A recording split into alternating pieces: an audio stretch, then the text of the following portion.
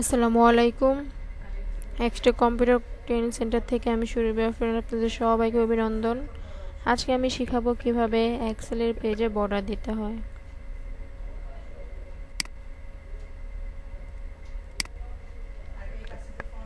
এটা হচ্ছে এক্সেলের পেজ। এই যে ছোট ছোট রো কলামের সমন্বয়ে ছোট ছোট ঘরগুলো, এটা দ্বারা পুরোটা পেজ হচ্ছে আবদ্ধ। আমি একটু এটার অবস্থান দেখে নিব। পেজের অবস্থান দেখতে হলে কুইক অ্যাক্সেস টুলবার থেকে প্রিন্ট প্রিভিউ পিন করার পর আপনার পেজটা হবে একদম সাদা। এই অবস্থা আছে আপনার পেজ। আমি ক্লোজ করে দিলাম। এখন আমি চাচ্ছি এই লেখাটার মধ্যে আমি বর্ডার দেব। চারিদিকে একটা রো কলমের সমন্বয়ে বর্ডার হবে। বর্ডার করার জন্য প্রথমে আমি এই চিহ্ন দিয়ে এটাকে সিলেক্ট করে নেব। হোম রিবন থেকে ফন্ট ডাউন বাটন,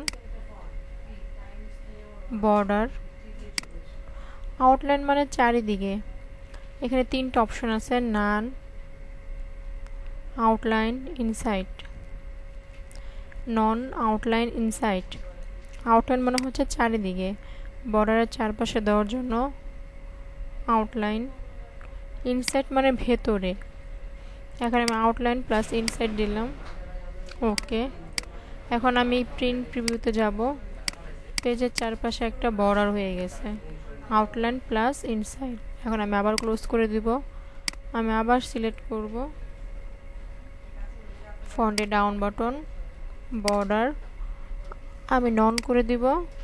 ওকে। আমি আবার প্রিন্ট প্রিভিউতে যাব। এখন আর কিছুই নেই, পুরোটা উঠে গেছে। এখন আমি শুধু যাচ্ছি আউটলাইন দেব, শুধুমাত্র চারিদিকে।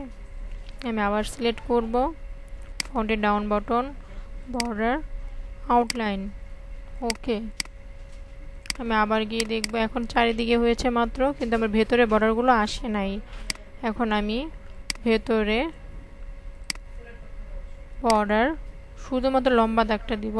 এখানে কিছু অপশন আছে, দেখেন। এই অপশনগুলো মিলিয়ে আপনি দিতে পারেন আপনার ইচ্ছে মতো। আমি লম্বাটা দিব শুধুমাত্র, আমি এটা দিব না, আমি শুধু লম্বাটা ইউজ করব। ওকে। এই চারিদিকে হয়ে গেল।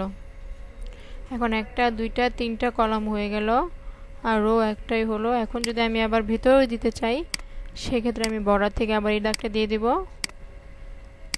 এখন আমার চারিদিকে রো কলামের সমন্বয়ে একটা বর্ডার হয়ে গেছে।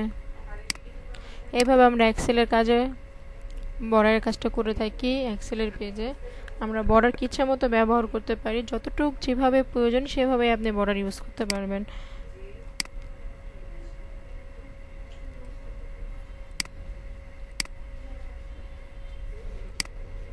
আপনি চাইলে যেখান থেকে ইচ্ছে সেখান থেকে বর্ডার উঠিয়ে দিতে পারবেন। শুধু রো থাকবে, কোনো কলাম থাকবে না। এই শুধু আপনার দাগগুলো রয়ে গেছে, কিন্তু ডানে বামে কোনো কলাম নেই। তো এইভাবে বর্ডারের কাজ করে আমরা এক্সেলে খুব বর্ডারের কাজগুলো করতে পারি খুব সুন্দর মতো। আশা করি আপনাদের সবার বর্ডারের কাজটা ভালো লাগবে।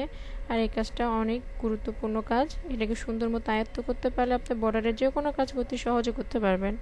আজকে এই পর্যন্তই। সবাই ভালো থাকবেন। আল্লাহ হাফেজ।